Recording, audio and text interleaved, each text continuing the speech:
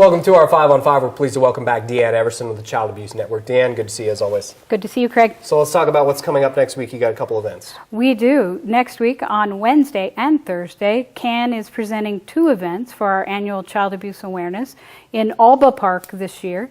On the night of the 16th, we have a family fun event in Alba Park with chalk drawings and booths and child abuse prevention pinwheels and fun activities for kids and families to come and be together so that people have an alternative to other activities that could be going on and to get outside. Yeah. And then on the 17th in the park at noon, we'll have our annual storytelling event. And this is where community leaders come together and share stories of real children and their journey through child abuse and what happened to them. And these are children who live here in our community. Very powerful stuff. It's a painful tragedy, and we have to hear these stories, and that's why CAN was formed. It was formed because these stories are too easy to turn away from. Our public awareness effort is called Don't Turn Away, and it's so that people, the more we talk about it, the more we pay attention, the greater opportunity we have to reduce the events of child abuse. Absolutely. Okay. So, well, how big of, since we're talking about Jackson County, how big of an issue is child abuse here? Well, they say it's 1 in 4 girls and 1 in 6 boys are sexually abused before the age of 18. And in our county last year, there were 565 child abuse events. And so that's almost 2 a day. Yeah, and that's what we know of. And those are the ones that are reported and go through adjudication.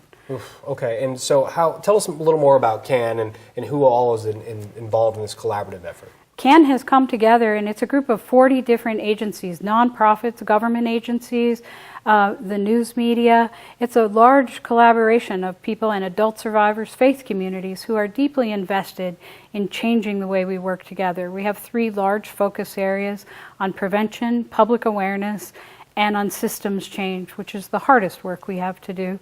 And we all have to work together to change what happens to children in this journey. This work is not about the person who perpetrates these crimes. It's about protecting children, and it's about protecting them for the rest of their lives. And every day this week, I think we've had a story in our community about an arrest or a conviction or a sentencing of an abuser. And we have to pay attention to these. We're grateful that you all share them, but people have to hear them. And so that's why we bring people together in a town square, in a public place at noon, and have people read children's stories of what happens to them. Very powerful. Needs to be done. Absolutely. It does. Get the word out and put a stop to this. Thank you very much. We'll take a quick break. Much more in a moment. Stay with us.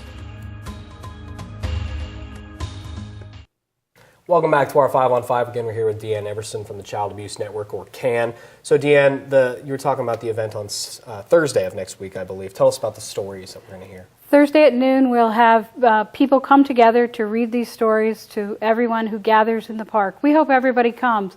In the past, we've had community leaders, the police chief, the school superintendent, the fire chief. We've had different nonprofits read these stories.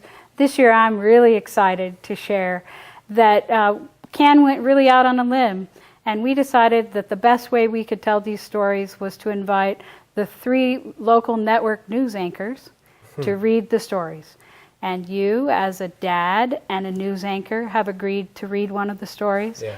And so have the other 2 local news anchors at Channel 10 and Channel 12. And it's the first time the 3 of you will come together around an event. And I'm so grateful that the 3 of you and the networks recognize how important child abuse is, and that you'll stand together and read these letters and these stories. I know you all share stories all the time, but I also know how challenging it is, because you all also have real lives, and you'll be out there for us, and I can assure you how grateful we are, but we're really excited that you'll be there to do it for us. Yeah, well, I'm sure I speak for all 3 of us when I say we're honored to be a part of it.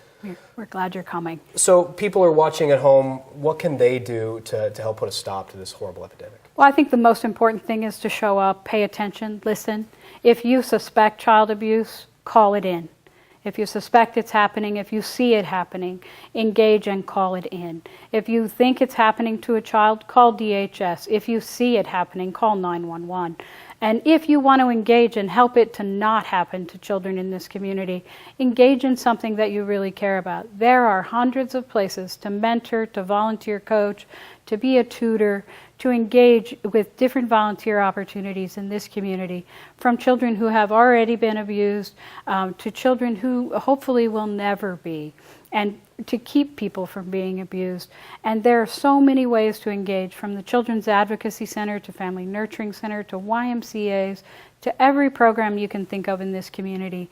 And they all need volunteers, and there's room for all of us to step up and to do it. And so on behalf of CAN, I want to say thank you for coming out next week and for being a part of it. And I hope all of your viewers come out and be with us at noon in Alba Park. Very good. Thank you for what you're doing. Thank Appreciate you. it, Dan. Good to see you as always. Thanks, Greg. All right. Stay with us. We'll be right back.